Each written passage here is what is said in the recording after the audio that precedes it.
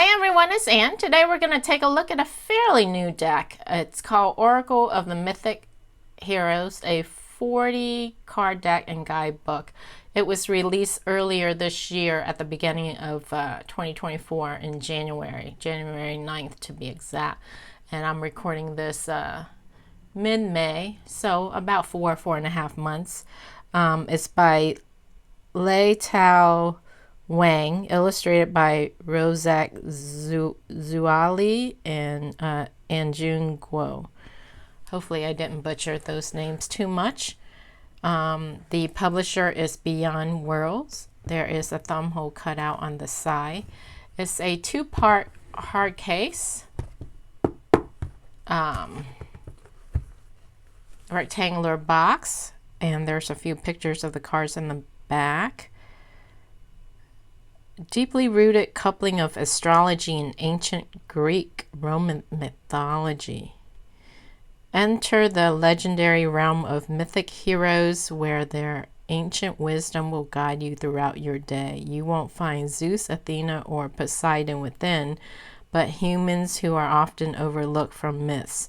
From the adventurer Aeneas and prideful Icarus to the huntress Atalanta and musician Orpheus. The uniqueness and beauty of the Oracle of the Mythic Heroes lies in bringing these mortal stories to the forefront of these myths. This intuitive oracle and guidebook combine the historical lessons of these mortal heroes and heroines of Greek and Roman mythology with modern astrology, crystals, and archetypes to guide you through your spiritual journey and strengthen your connection to your inner hero. So let's open it up and take a look at it. It's a little hard even with the thumb hole because it was really sucking at the pressure. Okay, so larger size guidebook, glossy covers. There's the thickness. It feels heavy. It's hefty.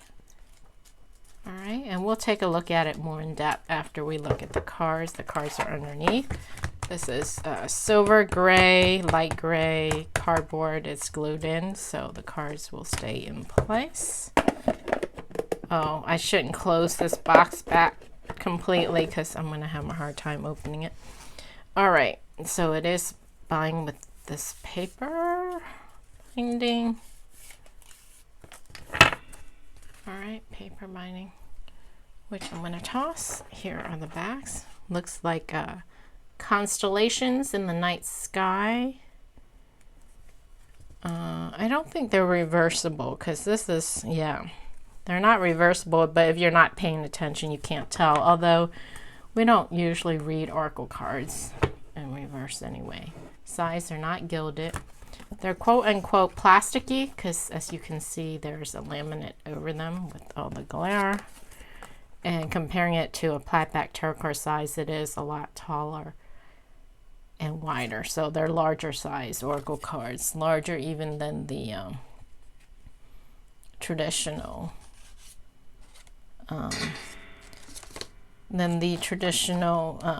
Hay House oracle card size that I usually compare it to. Sorry, I was trying to put back my plaid tarot card back in the proper place. All right, so let's zoom in a little tighter. So starting out, the cards are numbered. So there's number 1, and then the name of the god or goddess, Theseus, and then a keyword, and here is the astrological symbols. So you get the astrological symbol, the name of the god or goddess or person on the card, illustrated on the card, and then keyword. So, Ballyrophan, it looks like Aries and Impatience. I don't think I'm going to try to pronounce all of these gods and goddesses because some of these names are difficult and I don't want to try it and then not get it right. Although this seems easy. Achilles, for Achilles, yeah, Achilles, like Achilles heel. That's what it is. Achilles, confidence. That's also Aries. And Ophale, Taurus, sensuality. Midas, that's easy. Greed, and also Taurus. I guess I put this in order of the astrological symbol because we started out with Aries and now we're at Taurus. So talent, I'm going to stop pronouncing the goddess name, just the keyword. So we have Gemini, curiosity. I guess it is in order of astrological symbols. Paris, Gemini, indecision. Numa, Gemini, humor.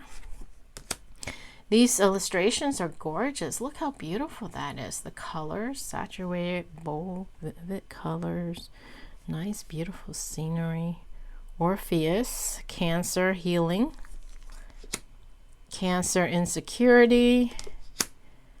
Althea, Cancer, protection. So it looks like each astrological signs have about 3 cards. I wasn't totally paying attention, but that's what it feels like. Hercules, Leo, strength. So Leo again, arrogance. So that's 2. Penelope.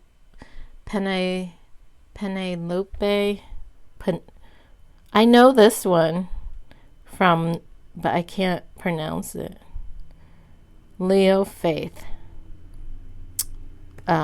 Yeah, so I guess it's 3. So I think each astrological sign has 3. And then now we're to Virgo. Service. Letao, Virgo, anxiety. Daedalus, also Virgo, focus. And then Libra, strategy. Dido, Libra, codependence. Another Libra, justice. Then we have Scorpio, Helen, sexuality. Scorpio, Medea, revenge.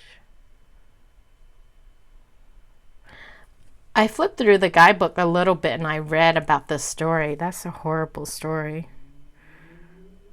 This lady killed her own kids because I didn't understand when I looked at this illustration.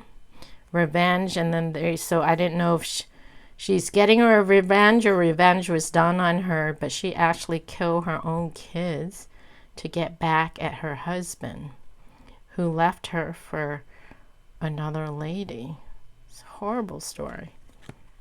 Although if I were to get this in a reading, I think it would depend on the reading and the energy if she's, if this person's trying to rescue the children or if she's the aggressor that did this to them. But the story is she did this to her own children to get back at her husband. Look at the snake. All right. Psyche, transformation, Scorpio. Oh, that makes sense because scorpion, right? The sign of the Scorpio. The scorpion can sting itself and kill itself. All right, so now we're to Sagittarius, Jason, adventure. Icarus, hubris. I don't know what that word means. Chiron, Sagittarius, knowledge. And then now we're at Capricorn, foundation. Burden, perseverance, still Capricorn. Next is Aquarius, Damon and Pythias, friendship. Aquarius, perfectionism. Still Aquarius, Pandora, hope. Moving on to Pisces, Pyramus and Thisbe, love. Oh my gosh, she's holding a knife. Does that mean she wants to kill herself because he died, her lover died, or her beloved died, sort of like Romeo and Juliet? Because, I didn't read the story to this in the guidebook. Oedipus, Oedipus. I think we read about a story with this person or this god in school. I should know how to pronounce this. Pisces, destiny. Pisces, sacrifice. And then I guess this is the sun, Pegasus assistance. And then, so that's the full sun. This is like eclipse, half sun, half moon, Sphinx transition. And then this is, I guess, the moon, Medusa reflection, or dark moon, right? New moon. I don't know my moon phases. And here's half moon, half sun, sirens, cleanse. Here's another look at the back. So the keywords are really good. It goes with the astrological symbols. So let's take a look at the guidebook. Very nice guidebook. Semi-gloss pages. The contents. So it breaks it down. Okay. So there's a foreword, a preface, an introduction. So yep. So each card, each astrological symbols have 3 cards under it. So the heroes of Aries, and then the heroes of Taurus, the heroes of Gemini, the heroes of Cancer, the heroes of Leo, the heroes of Virgo, the heroes of Libra, and so on and so forth. Acknowledgement about the author, forward. That's a beautiful picture. Look at that. Preface. Astrology was astronomy in its nascent form, and astrology was also science in its nascent form, just like alchemy was chemistry in its nascent form. Jordan B. Peterson. I guess that's a quote from that person, Jordan. All right. Introduction.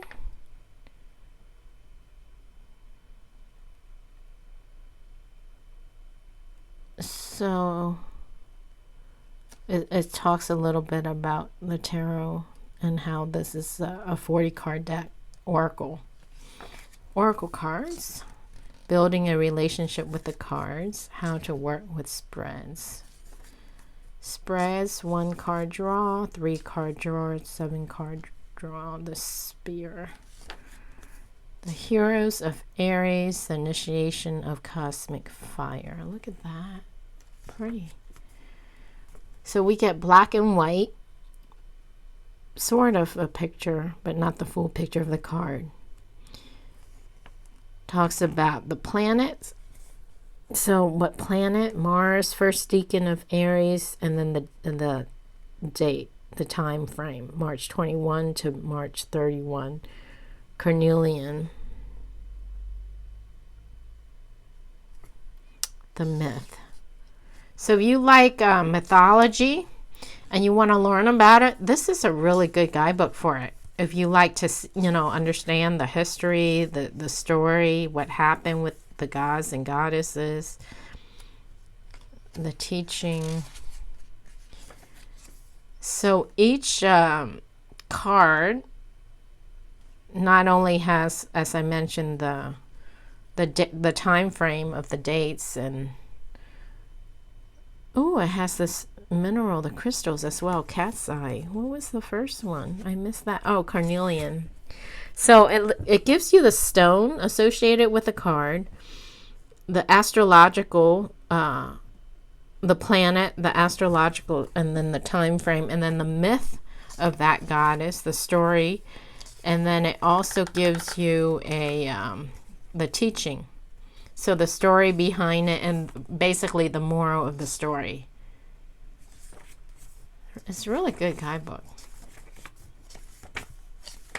If you like, like I said, reading, the history of and the legends of the god, the goddess, mythology. But it's really interesting. It will probably get you to understand the cards better as they appear in the reading. But I read intuitively, so if you've been following my channel for a while, I don't read the guidebook. Not that I don't want to, I just never seem to have time. I have good intention, like, I'm going to read this, and then I end up not.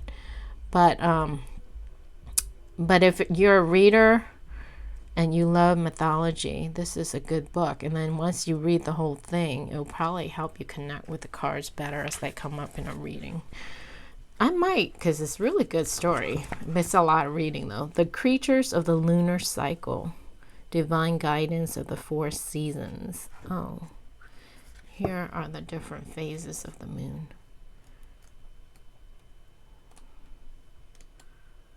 Acknowledgement. 255 pages about the author. There he is. Ooh, look at the back page. 255 total pages. All right, should we clear the deck and try to shuffle? So it's a big stretch because they're longer, larger card. It's a big stretch for petite hand, feeling a little uncomfortable. So you may want to hold it vertically.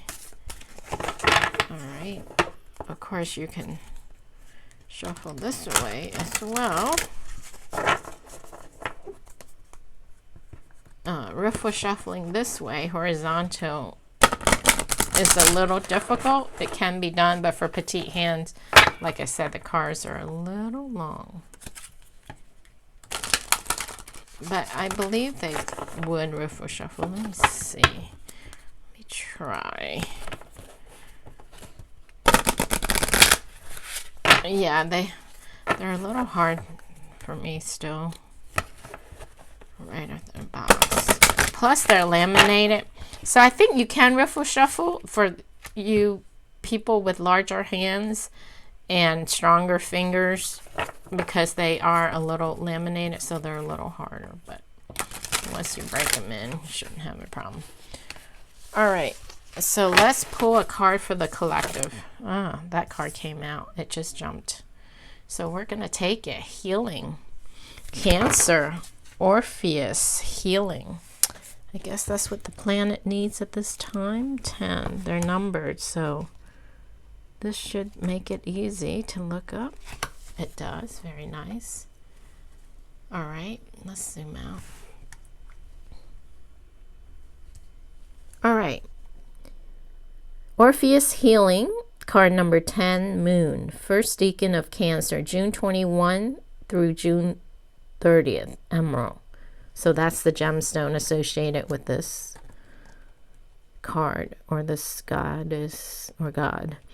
In the first decan of Cancer, we are encountering the first dimension of the cardinal and intuitive form of the water element, which is embodied in the mythological figure of Orpheus, the legendary musician who descended into Hades' realm to save his dear, precious wife.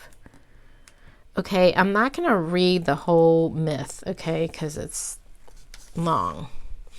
So what I'm going to do is read the teaching part. You see how long it is? Oh, we'll be here forever. Like 1, 2, 3 pages. The teaching. Orpheus' tragic loss of his beloved wife created the image of a wounded healer. His dulcet and therapeutic performances healed millions of people around the country during his journey together with the Argonauts. Even the notorious Siren's seductive singing couldn't compare to his music. His soothing, gentle approach to life brought him many admirers. Even today, when you travel to the island of Lesvos in Greece, where his head was buried, you will hear stories about him that have been passed down generation after generation. In my counseling career, I have seen many psychologists and fellow counselors experiencing trauma themselves, but through their healing journeys, they bring even more emotional connections with and understanding toward their patients. In the realm of counseling, I have been fortunate enough to cross paths with a remarkable soul, a counselor who not only possesses immense expertise, but also carries the weight of her own journey as a survivor of sexual assault. She once shared a poignant truth with me, shattering the illusion of therapists being infallible while their patients struggle. For when a healer fearlessly delves into the trenches of emotions alongside their clients, facing their shared burden and unraveling the knots of past trauma, a reciprocal and transformative healing takes place. Embrace your tender heart and empathetic spirit, for it is this capacity to infuse the world with love that fosters the reservoir of inner strength we all seek. When Orpheus, the first deacon of Cancer, appears in your reading, you are being called to get in touch with your sensitive feelings and vulnerability so you may experience inner healing. Orpheus placed human love and emotional contact above everything. Just like him, you could be a natural-born light worker, compassionate and empathetic. You might have gone through many crests and troughs in life. And through your own life lessons and transformations, you have learned to become connected with the fluid world of emotions. Orpheus is a symbol of a master healer, yet we must also realize that when facing pain and heartbreak, he was unable to trust his own instincts. Though he had the courage to descend into the underworld, he didn't trust Hades' words, and thus he had to look back to be assured Eurydice was there behind him. Hades, the god of the underworld, is the symbol of our subconscious realm, the part of us that is profoundly camouflaged by ourselves. Since truly facing the dark side of our emotions requires considerable strength, these cards tell you that the healing of your own wounds requires you to extend your great depth of compassion toward yourself first, and to relinquish the fear and mistrust of the flow of life. The true strength of the first deacon of Cancer lies in that you are safe, that you are in tune with your emotions, and that you have mastered the power to harness your deep feelings in bringing healing to both you and the ones you love. Wow. All right. So the card for the collector from this deck is about healing, self-healing, becoming a healer, facing your fears, trusting your instinct, and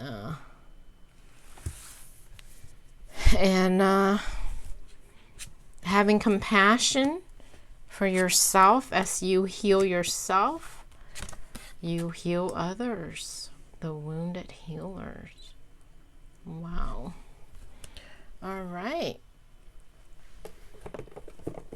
So let's put the box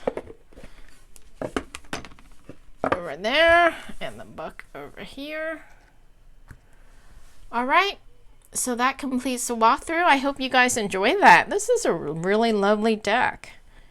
Everything about it's really nice, well thought out. The signs, the symbol, the astrology, the mythology.